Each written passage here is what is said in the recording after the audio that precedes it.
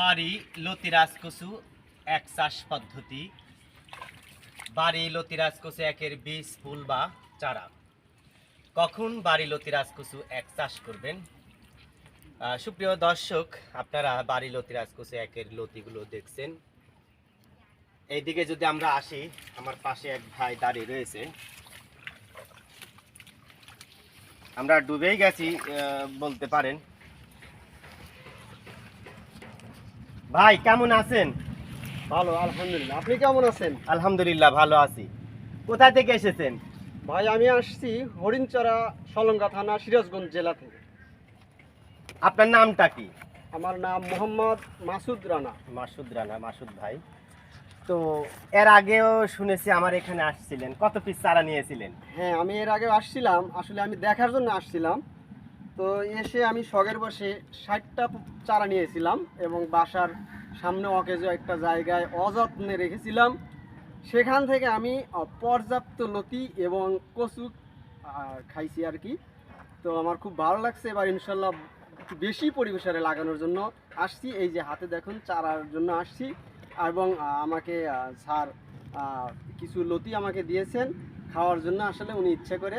হ্যাঁ, তো আপনার শিক্ষাগত যোগ্যতা কি আমরা একটু জানতে চাই দর্শকের সাথে। আসলে দেখেন, আপনারা আসলে কি বলবো, বর্তমানে শিক্ষাগত যোগ্যতা যদি উচ্চ শিক্ষা নিয়ে কৃষি কাজ করা যায়, কি যে বিপদ তা আর বলে শেষ করতে পারবো না।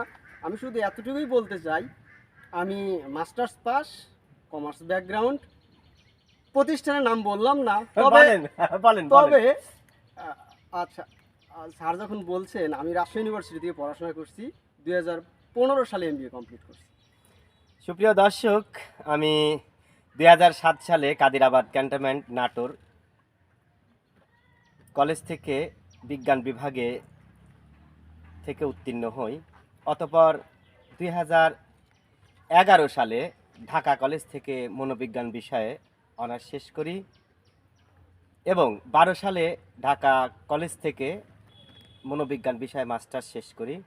অতঃপর ঢাকা টিচার ট্রেনিং কলেজ, সরকারি ঢাকা টিচার ট্রেনিং কলেজ থেকে বিএড এবং ওই একই প্রতিষ্ঠান অর্থাৎ সরকারি টিচার ট্রেনিং কলেজ ঢাকা থেকে আমি এমএড পাশ করি এবং 2015 সালে নিবন্ধনের মাধ্যমে আমি রাজাপুর স্নাতক সম্মান কলেজ এ মনোবিজ্ঞান বিষয়ে লেকচারার হিসাবে যোগদান করি 2018 সালে।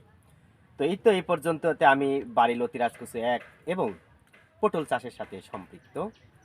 তো এই ভাই কিন্তু দেখেন মার্কেটিংয়ে, বিশেষ করে রাজশাহী একটা বাংলাদেশের দ্বিতীয় স্বনামধন্য বিশেষ করে প্রতিষ্ঠান, সেখান থেকে কিন্তু অনার্স মাস্টার্স শেষ করেছে। সেও কিন্তু কৃষিকাজের সাথে সম্পৃক্ত, চাকরির ধার সে আর ধারে না। তো যাই হোক, বুঝতেই পারছেন আমরা যদি উচ্চ শিক্ষিত বেকার যুবক গোষ্ঠীকে কৃষিকাজের সাথে সম্পৃক্ত হই, বিশ্বের দরবারে আমরা বাংলাদেশকে খাদ্যে স্বয়ংসম্পূর্ণতা অর্জন করানো কোনো বিষয় না। সুপ্রিয় দর্শক, আমরা একটু লতি দেখাই, এরই ফাঁকে আপনারা একটু লতি দেখেন, একটু সযত্নে যদি আপনাদের লতিগুলো দেখাই। দেখেন লতি, আসলে কি বলবো,